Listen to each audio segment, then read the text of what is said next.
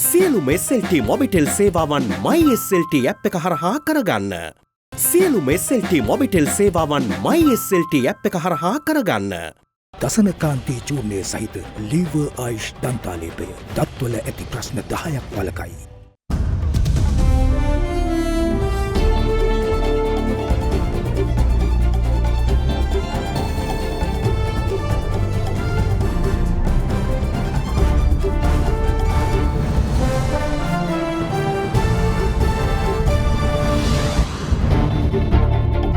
Reforms on the agenda. 22nd Amendment to the Constitution presented to Parliament. Among reforms, also expects to block dual citizens from entering Parliament. State of the economy. Japanese institutions have halted 12 projects in Sri Lanka due to the country's state of bankruptcy. Projects to resume after an IMF roadmap, Minister tells Parliament. The struggle won't end. Protesters leave Goldface site after 123 days of demonstration, while Bar Association seeks the attention of the IGP over arrests sans due process. Destination change. Former President Gotabaya Rajapaksa requests entry into Thailand ahead of Singapore visitor pass expiry tomorrow. Thai Foreign Ministry says no request for asylum. All this and much more coming up tonight, this Wednesday, the 10th of August, 2022. විම්දියර millilitre 100 smart pack එක රුපියල් 85ට දැන් වෙළඳ පොලේ. From AdaDerana, this is AdaDerana First at 9.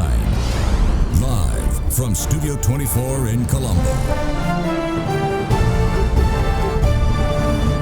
And a warm welcome bringing you news tonight on AdaDerana English. I'm Indivare Amwatha. The 22nd Amendment to the Constitution was presented to Parliament this morning by Minister of Justice, Prisons and Constitutional Reforms, Dr. Vijayadasa Rajapaksa. This amendment consists of features of both the 19th and the 20th Amendments, will introduce the Constitutional Council headed by the Speaker of Parliament and leaves no room for a dual citizen to enter the House. With this amendment, the President is unable to make appointments and willy-nilly to commissions and state institutions where recommendations of the Constitutional Council is a must. In Parliament today, Minister of Justice, Prisons and Constitutional Reforms, Dr. Vijayadasa Rajapaksa presented the draft bill of the 22nd Amendment to the Constitution. විසි දෙවන ආණ්ඩුක්‍රම ව්‍යවස්ථා සංශෝධනය ශ්‍රී ලංකා ප්‍රජාතාන්ත්‍රික සමාජවාදී ජනරජයේ ආණ්ඩුක්‍රම ව්‍යවස්ථාව සංශෝධනය කිරීම සඳහා වූ පනත් කෙටුම් පතකි. The draft bill of the 22nd Amendment comprises features of both the 19th Amendment introduced by the Government of Good Governance and the 20th Amendment presented under the presidency of former President Gotabaya Rajapaksa. As per the bill, a Constitutional Council will come into effect and it will consist of members including the Prime Minister, the Speaker of Parliament, Opposition Leader, a Member of Parliament appointed by the President, 2 members nominated by both the Prime Minister and the Opposition Leader. The Speaker will be the Chairman of the Council. The Public Service Commission, National Police Commission, Audit Service Commission, Human Rights Commission, Commission to investigate allegations of bribery or corruption, Finance Commission, Delimitation Commission and the National Procurement Commission shall be responsible and answerable to Parliament. However, the Election Commission is not answerable. At instances of appointing the Chief Justice and judges of the Supreme Court, the President and the judges of the Court of Appeal, members of the Judicial Service Commission, other than the Chairman, no person shall be appointed by the President to any of the offices unless such appointment has been approved by the Council upon recommendation made to the Council by the President. The same is applicable when appointing the Attorney General, the Auditor General, the Inspector General of Police, Governor of Central Bank, Parliamentary Commissioner for Administration and the Secretary General of Parliament. The 22nd Amendment abolishes the ability of a dual citizen to be appointed as a Member of Parliament. The amendment also includes provisions of the 20th Amendment that ministers of the Cabinet shall not exceed 30 and ministers who are not members of the Cabinet and deputy ministers shall not exceed 40. However, it includes the provision of the 19th Amendment on the formation of a national government, which says where the recognized political party or the independent group which obtains highest number of seats in Parliament forms a national government, the number of ministers in the cabinet of ministers who are not in the cabinet and deputy ministers shall be determined by parliament. ඕනෑම අමාත්‍යංශයක් යම් අමාත්‍යවරයෙක් වෙත පවරන තෙක් ඒකේ වගකීම දැරීම ජනාධිපතිවරයා නීතිය ක්‍රියාකාරීත්වය අනුව දැරිය යුතුයි. ඊට අමතරව යම් හදිසි අවශ්‍යතාවයක් හදිසි කාරණයකදී යම් විශයක් දැරීමේ බලය ජනාධිපතිවරයාට අග්‍රාමාත්‍යවරයා උපදෙස් දුන්නොත් පමණක් කිරීමේ හැකියාවත් මේකෙන් ලබා දීලා තියෙනවා. යම් අමාත්‍යවරයෙක් දුර දැරීම කුමන හේතුවක් හෝ නතර වුණහොත් ලේකම්වරයා දිගින් දිගටම ඔහුගේ වගකීම ලේකම්වරයා විදියට ඉටු කරන්නට ඕනයි. ඒතකොට 20 වෙනි සංශෝධනය ඉවත් කරනවයි කියන කාරණේ කියවෙනවා. නමුත් අපි 20 වෙනි සංශෝධනය මුළුමනින්ම ඉවත් කරන්නේ නැහැ. 20 වෙනි සංශෝධනයේ ප්‍රජාතාන්ත්‍රික ලක්ෂණ තිබෙන කරුණු කීපයක් තියෙනවා. ඒවා අපි ආකාරයට පවත්වගෙන යනවා. Now, Goldface protesters were seen leaving the site after 123 days demonstrating against government. Police last week notified the protesters to leave the Goldface site by August 5th, but they defied the order and filed writ applications in the appeal court, claiming their right to protest. Meanwhile, the Bar Association of Sri Lanka sought the attention of Inspector General of Police over arrests made without following due process.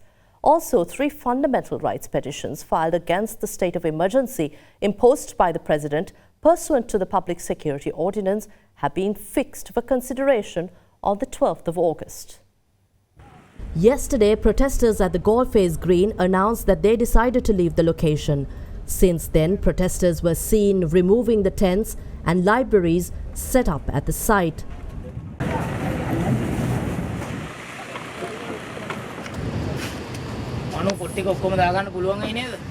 Some of the protesters, including actress Damitha Aberatna, left the premises last night after stating to media that a collective decision was taken to quit the Goldface site, but added their struggle has not ended. By this afternoon, most of the tents were removed. However, some were seen at the protest site with around 7 tents remaining. Where the protesters quit the Goldface site, it was announced that they had withdrawn writ applications in the appeal court, claiming their right to protest after police notified to leave the site by the 5th of August.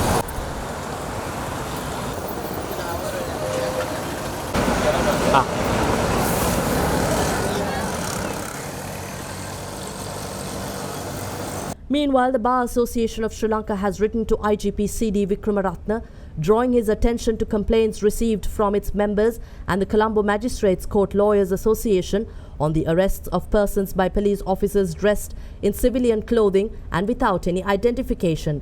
BASL said it is therefore of utmost importance that police officers carrying out arrests identify themselves at the time of arrests and afford persons arrested an immediate opportunity to communicate with their relatives, friends or their attorneys.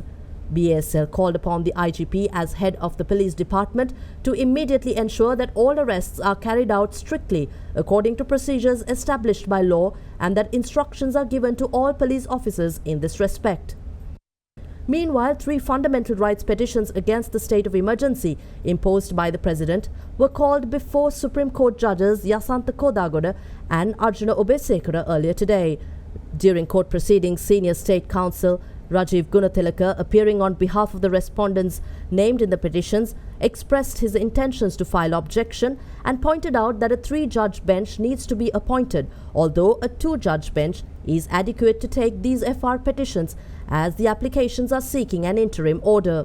Upon requests by the attorneys representing the petitioners for an immediate date considering urgency of matter, the judge bench decided to call the FR petitions for consideration on August 12th. The petitions were lodged by former Commissioner of Human Rights Commission Ambika Satgunanathan, the Centre for Policy Alternatives and its Executive Director Dr. Pakkisoti Sarwanamuttu and conveners of Liberal Youth Movement Namini Pandita and Rusiru Egadage. Meanwhile, Supreme Court today extended the travel ban imposed on former Prime Minister Mahinda Rajapaksa and former Finance Minister Basil Rajapaksa until September 5th, as they are named as respondents in a case filed over the country's economic crisis. A motion was filed on July 13th seeking an order prohibiting the former Prime Minister, former Finance Minister, former Central Bank Governor Ajit Niwad Cabral and several others from leaving the country. It was submitted in relation to a fundamental rights petition filed by the former chairman of Ceylon Chamber of Commerce, Chandra Jayaratne, requesting that an investigation be ordered against individuals responsible for the current economic crisis. The FR petition was taken up before a 5-member bench consisting of Chief Justice Jayantha Jayasuriya and Supreme Court Justices LTB Dehideniya, Buyanaka Aluvihare, Priyantha Jayawardena and Vijit Malalgoda. The US Ambassador to Sri Lanka, Julie Chung, today took the matter of human rights of the people of Sri Lanka for discussion with Public Security Minister Derana English. Chung, calling on the Minister of Public Security today, has stressed on the importance of protecting human rights of the people of Sri Lanka. The two parties have also discussed the role of Sri Lanka police and public protests in the country. Ambassador Chung has meanwhile appealed to Minister English to work in tandem with non-governmental organizations while reiterating the US support to Sri Lanka in securing bailout funds from the International Monetary Fund.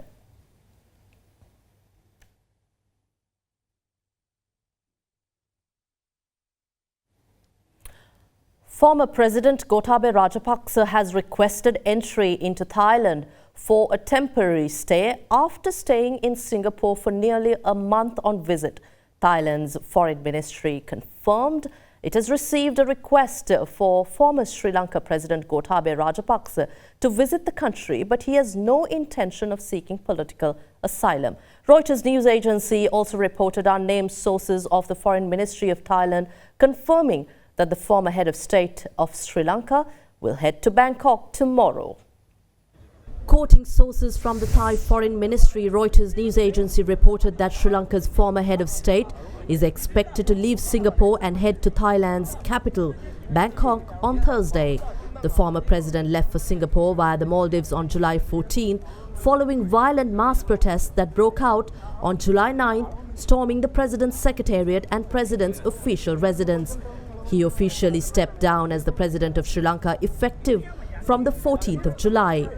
Former president's stay in Singapore is due to end tomorrow after he was granted a further 14-day extension to his visitor pass after initially landing in Singapore on July 14th. The government of Singapore said this month that the city-state had not accorded him any privileges or immunity. Reuters reported today that two sources asking not to be named confirmed that Gotabaya Rajapaksa is expected to leave Singapore and head to Thailand's capital Bangkok on Thursday. Meanwhile, Thai Foreign Ministry spokesman Tani Sangrat said Gotabaya Rajapaksa holds a diplomatic passport that allows him entry into the country for 90 days. But the Foreign Ministry spokesman did not say when Rajapaksa intended to visit. Sangrat said entry to Thailand by former President of Sri Lanka is for a temporary stay. He added that the Sri Lankan side has informed them that Gotabaya Rajapaksa has no intention of seeking political asylum in Thailand and will travel to another country afterwards. In an interview with the Wall Street Journal on 31st of July, President Ranil Wickremesinghe said he does not believe it is the right time for former President Gotabaya Rajapaksa to return to the island nation. 12 projects, including BIA expansion, halted by JICA. Details after this break.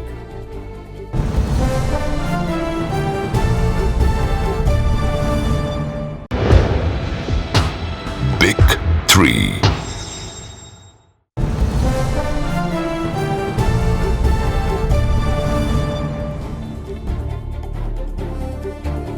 Welcome back to the news.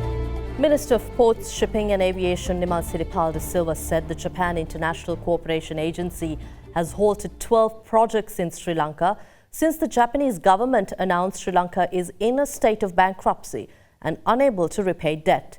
Speaking in Parliament, he said projects will be suspended until the International Monetary Fund establishes a roadmap on Sri Lanka's debts and sustainability.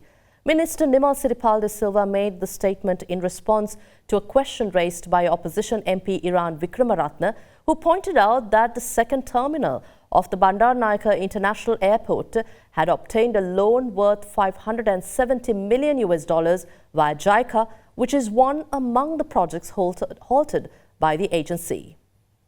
මේ තියෙන ආර්ථික අර්බුදයට ප්‍රධානතම හේතු වලින් එකක් තමයි අල්ල සහ දූෂණය. දශක 4ක කාලයකට මේක අධ්‍යයනය කළොත් අපිට පැහැදිලි ප්‍රජාතන්ත්‍රවාදය, ජාතිවාදය, ආගම්වාදය, ජාතික ආරක්ෂාව කියන ඔය වචන ඉස්සරහට දාගෙන දේශපාලනයන් හා ඉහළම නිලධාරීන් දම්වැල් පුරුක්කක් වගේ අඩු වැඩි වශයෙන් මේ රටේ මහජන මුදල් කොතරම් කොල්ල කෑවද කියලා අපිට හොයාගන්න බෑ. එක්සත් ජාතීන්ගේ දූෂණයට එරෙහිව ඇන්ටි කරප්ෂන් ලෝ ක්‍රියාත්මක කරනවා කියලා. එතකොට දැන් පවතින අල්ලස් සහ දූෂණ කොමිෂන් සභාව වෙනුවට අලුත් අල්ලස් දූෂණ කොමිෂන් සභාවක් සහ වත්කම් සහ බැරකම් ප්‍රකාශන පනත වෙනුවට අලුත් නීතියකුත් ඒ හරහා ක්‍රියාත්මක කරන්න අපි කටයුතු කරලා තියෙනවා. සර්වපාක්ෂික එකඟතාවේ අවම වැඩපිළිවෙලක් මේ අරමුදෙන් එහාට රට ගෙන යාමට එකඟතාවෙන් ක්‍රියාත්මක කිරීමට. එය පාර්ලිමේන්තුව හමුවේ තිබෙන තවත් වැදගත් බරපතල වගකීමක් හැටියට පැහැදිලි වෙනවා. අද මේ රටේ ජනමත විචාරණයක් එහෙම නැත්නම් ඡන්දයක් තිබ්බොත් රනිල් වික්‍රමසිංහ එතුමාගේ මේ විශිෂ්ට නායකත්වය මේ රටේ බහුතර ජනතාව කිසිදු පැකිලීමක් නොමැතිව පිළිගන්නා බව මං කියන්නට කැමතියි. අද ශ්‍රී ලංකා නිදහස් පක්ෂය තුල රනිල් වික්‍රමසිංහ මැතිතුමාට සහයෝගය දිය යුතුය යන මතය අද තාම ඉහළට ඇවිල්ලා තියෙනවා. අපේ පක්ෂයේ ලේකම් දාසිරි ජයසේකර මැතිතුමා ඊයේ සුසිල් ප්‍රේමජයන්ත මැතිතුමා හමු වෙලා කිව්වා එතුමාව පත් කරන්න මේ පක්ෂ නායක කොමිටුවට එහෙම නැත්නම් බිස්නස් කොමිටියකට ආණ්ඩුවෙන් පත් කරන්න කියලා කිව්වා. අන්න අපි ආණ්ඩුවෙන් පත් කරලා තියෙනවා. ජයිකා සංවිධානයේ මා ඇවිල්ලා මුණ ගැහුණා. මුණ ගැහිලා ලියුමක් බාර දුන්නා කියලා කිව්වා ජපානය දැන් අපේ රට බංකොලොත් කියලා. අපිට ණය ගෙවා ගන්න බෑ කියලා ප්‍රකාශයක් කරලා තියෙන නිසා IMF එක ඇවිල්ලා මේ පිළිබඳව රෝඩ් මැප් එකක් හදනකම් ඒගොල්ලෝ මේ තයිසේ ප්‍රොජෙක්ට් එක විතරක් නෙවෙයි ජපානයෙන් ආධාර දෙන ජයිකා ආයතනයෙන් ආධාර දෙන ව්‍යාපෘති 12ක් తాවකාලිකව නතර කරලා තියෙනවා. හරියටම තව දවස් 3කින් එතුමා මේ රටේ රාජ්‍ය නායකයා ජනාධිපතිවරයා බවට පත් වෙලා මාසයක්. මේ කාල සීමාව තුලදී වචනෙන් ඔබට ගිහිල්ලා ක්‍රියාව ඇතුලේ මේ අර්බුදය ආමන්ත්‍රණය කරන අර්බුදය විසඳන්න ගත්තු ක්‍රියාමාර්ග කුමක්ද? මේක තමයි එකම දර්ශකය අපේ තියෙන. එතුමාට ඡන්දයේදී පාර්ලිමේන්තුවේදී උදව් පදව් කරපු, සහයෝගය පළ කරපු මන්ත්‍රීන්ගේ අර්බුද විසඳන්න කටයුතු කරමින් ඉන්න බව පේනවා. නමුත් මට පේන්නේ නැහැ ජනතාවගේ අර්බුදය විසඳන්න යම් වැඩපිළිවෙලක්, ක්‍රියාකාරී සැලැස්මක්, රිකවරි ප්ලෑන් එකක් ඉදිරිපත් කරනවා මම දැක්කේ නැහැ, මට පේන්නේ නැහැ. අපි කියන්නේ මේ කාල සීමාව හොඳටම ඇති වැඩපිළිවෙල රට ඉස්සරහින් තියන්න. Minister of Power and Energy Kanchana Wijesekara says the Sapakaskanda oil refinery will recommence operations on Monday next week once a shipment of crude oil is received over the weekend. He said uninterrupted distribution of kerosene will resume thereby from the 19th. The Energy Minister went on to say that the Finance Ministry has proposed the implementation of a mechanism to prevent misuse of kerosene by targeting segments that most need the commodity, including fishermen, plantation industries and low-income earners. Sri Lanka's only refinery in Sapakaskanda that was closed during the past few days due to lack of crude oil is expected to recommence operations on the 15th of August following the arrival of a crude oil tanker on Saturday. With that, Minister of Power and Energy Kanchana Wijesekara said the kerosene distribution for sectors including fisheries will continue from the 19th of August. මම පිළිගන්නවා පිරිපහදුව ක්‍රියාත්මක නොවීම නිසා අපිට භූමි තෙල් නිෂ්පාදනයේ අඩුවක් තිබුණා. 13 වෙනිදා තමයි බොරතෙල් නෞකාවක් ලංකාවට පැමිණීමට නියමිතලා තියෙන්නේ. ඊළඟට දෙවනි නෞකාවත් 29 වෙනිදා පැමිණීමට දැනට අපිට දිනවකවානුම් ලබා දීලා තියෙනවා. 13 වෙනිදා පැමිණීමෙන් පසුව 15 වෙනිදා ඉඳලා පිරිපහදුව ක්‍රියාත්මක කරන්න බලාපොරොත්තු වෙන්නේ. 15 වෙනිදා ක්‍රියාත්මක කරොත් සාමාන්‍යයෙන් දින 2ක් 3ක් යනවා භූමි තෙල් නිෂ්පාදනය වෙන්න. අපි විශ්වාස කරනවා අපි ගරු අග්‍රාමාත්‍යතුමත් එක්ක පවත් සාකච්ඡාවත් අපි තීරණය කරේ 19 වෙනිදා ඉඳලා අඛණ්ඩව භූමි තෙල් ලබා මේ ක්‍රියාවලිය ක්‍රියාත්මක කරන්න. භූමි තෙල් ලබා දුන්නම ඒක දීවරයන්ට යන්නේ නැතුව භූමි තෙල් අවභාවිතා වෙච්ච අවස්ථාවක් තියෙනවා. ඒක පෞද්ගලික බස් රථ මිලදී අරගෙන ඩීසල් වෙනුවට භූමි තෙල් පාවිච්චි කරා. ඒ නිසා ඒකත් වැළකෙන්න ඕන. ඒ නිසා අපි යෝජනා කරනවා රුපියල් 87ක මුදලකර දෙනකට විශාල කළමනාකරණය කිරීමේ හැකියාවකුත් නැහැ. ඒ නිසා අනිවාර්යයෙන්ම මිල සංශෝධනයක් කිරීම සඳහා රාජ්‍ය මේ වෙනට අවධානය යොමු කළ තියෙනවා භූමි තෙල් ලබා දීමේදී. දීවර වැවිලි කර්මාන්ත ඒ වගේම අඩු ආදායම්ලාභී ඔවුන් ඉලක්ක කරගෙන මුදල් අමාත්‍යාංශෙම වෙනම වැඩසිළුවක් සකස් කරන්න යෝජනා කළා තියෙනවා. The Public Utilities Commission announced that there will be no power interruptions tomorrow and on Sunday this week. However, the PUCSL has approved rolling power cuts of an hour for Friday and Saturday. The power interruption on August 12th and 13th will affect groups A, B, C, D, E, F, G, H, I, J, K, L, P, Q, R, S, T, U, VW for 1 hour between 6 p.m. and 9 p.m.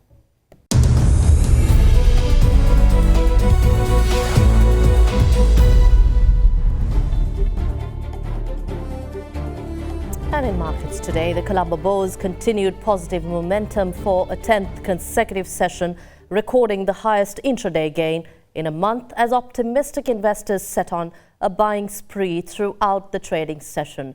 After the president's comments earlier on local debt restructuring, investors started to look for alternative investment opportunities over fixed income.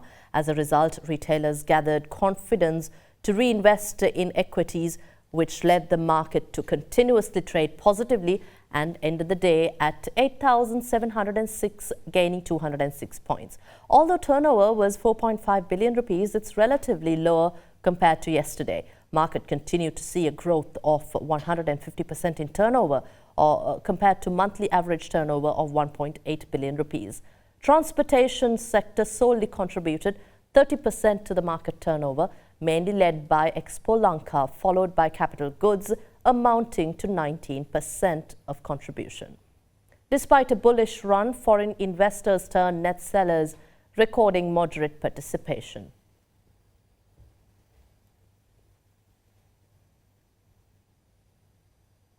Now, the T-bond auction today witnessed an undersubscription with full rejection of the 20 billion rupee June 1st, 2025 maturity amidst the higher yields quoted by market participants, expecting a high probability of restructuring of short to mid-term bonds.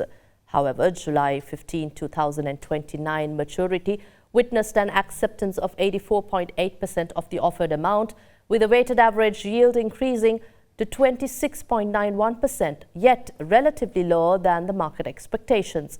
Following the outcome of the bond auction results in the secondary bond market, buying interest emerged, resulting in June 1st, 2025 maturity trading in the range of 28% and 27.85%, while July 15, 2029 maturity changed hands at 27%.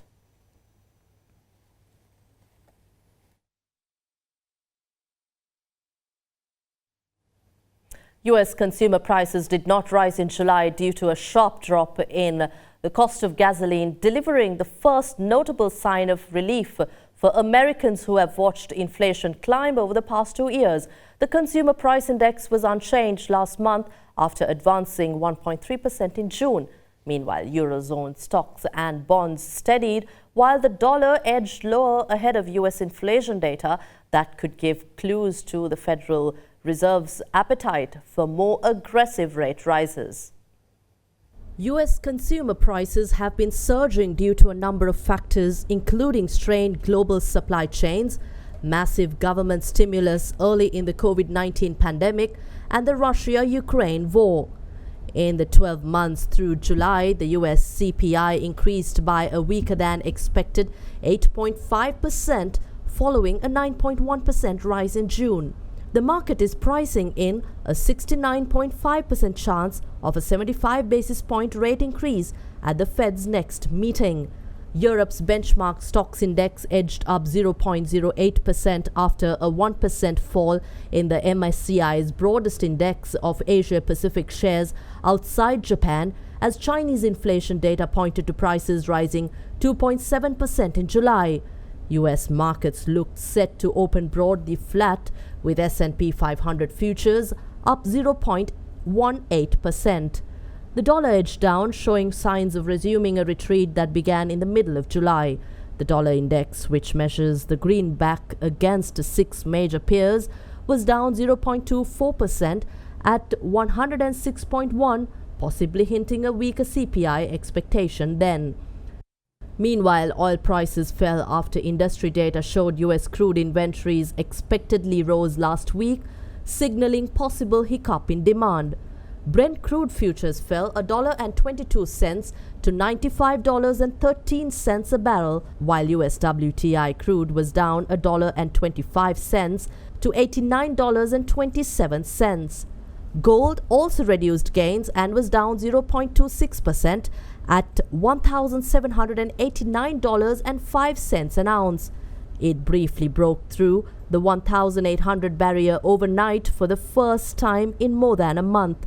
Bitcoin, which often tracks tech stocks, fell 0.25% to $23,082.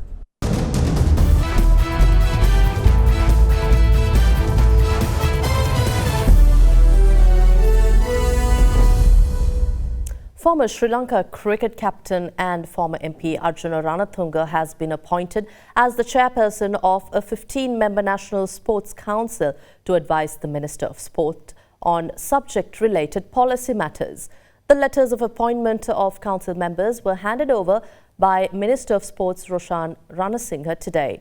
Army Commander Lieutenant General Vikum Liyanage, Air Force Commander Air Marshal Sudarshana Patrana, Navy Commander Vice Admiral Nishant Ulugetanna, Sports Director General Amal Edirisuriya are among members appointed to the 15-member National Sports Council. The council, which was previously of 14 members, was headed by former Sri Lanka cricket captain Mahela Jayawardena.